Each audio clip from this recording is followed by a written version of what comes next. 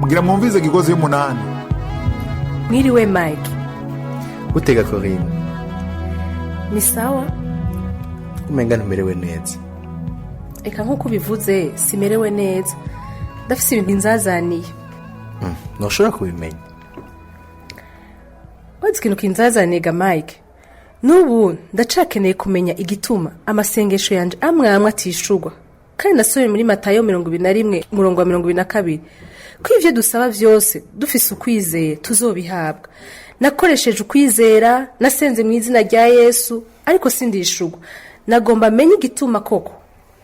Mbega urazi ga Corinne, hariho amasengesho amwe atishurwa koko, kubera abatewe no kwifuza k'umubiri.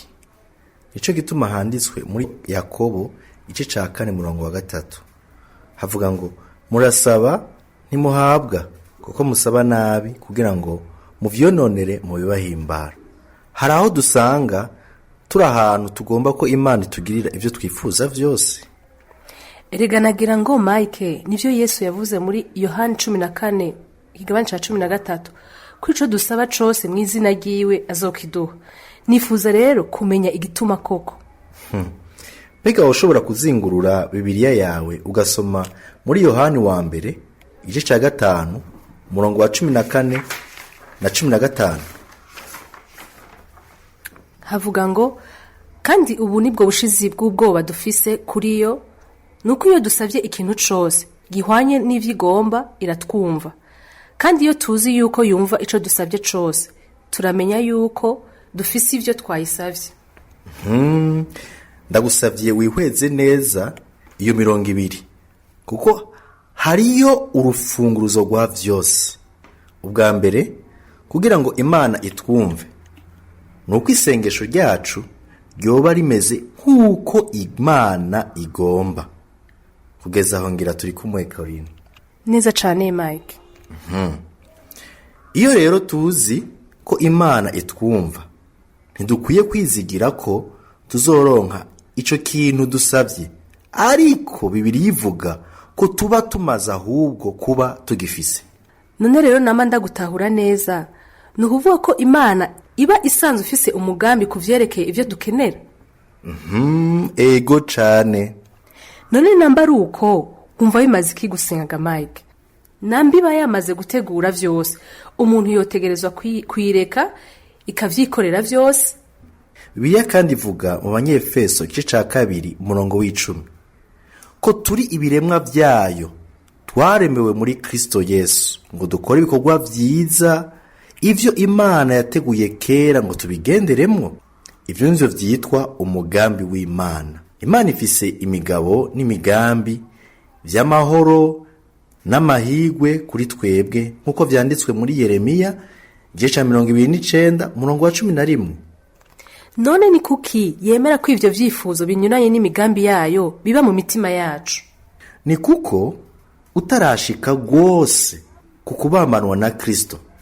Paulo avuga mu Bigalatiya igice ca 2 umurongo wa 20 ko yabambanywe na Kristo kandi ko atariwe ariho ariko ari Kristo aba muri we.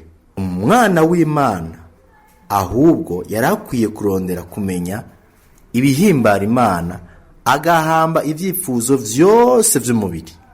Ewe Mike, jewe simbona ingene nzohava nsengera ikintu ntumva ko mu mutima ndagishaka.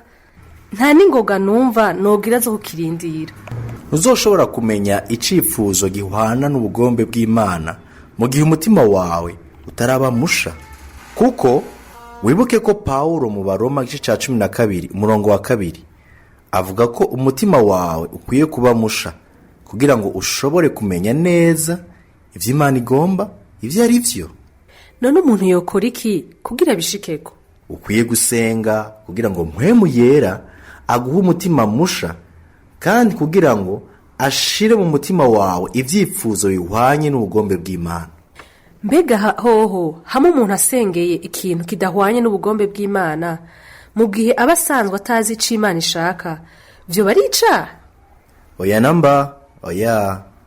Ariko igihambaye cane ga Corinne ni ukwama witeze kwakira ubugombe bw'Imana, kuko ariyo izi neza ivyo kubera vyiza kandi bitunganye kugusumvya. ariko ga Mike, mbega Imana yoshobora kwemera ko ikintu gishika kandi kidahuje no kugomba kwayo? Egome, araho bishika cane cane mu gihe umuntu agomba yuko ico asaba ategerezwa kukironka. Ariko igihe bigenze uko uzokwama witeze ingaruka zavyo. Ushobora kumpa akarorero muri Bibiliya? Ego cane. Mu migabo y'Imana ntiyari yarategekanije ko Abisirayeli baronka umwami. Ariko kubera ko ihanga ryayo ryayigobereye, Imana yaruhiye kubaha umwami, ariko ibagabishije ku ngaruka zavyo. Urashobora kubisoma muri Samueli wa mbere igice 8. Mbega kuvy'umwanya wo kwishurwa kw'isengesho wo bimeze gute? Koreri, ibirebire vy'umwanya. Reka basi tuzobivugane muri GUIGOZ ya 9.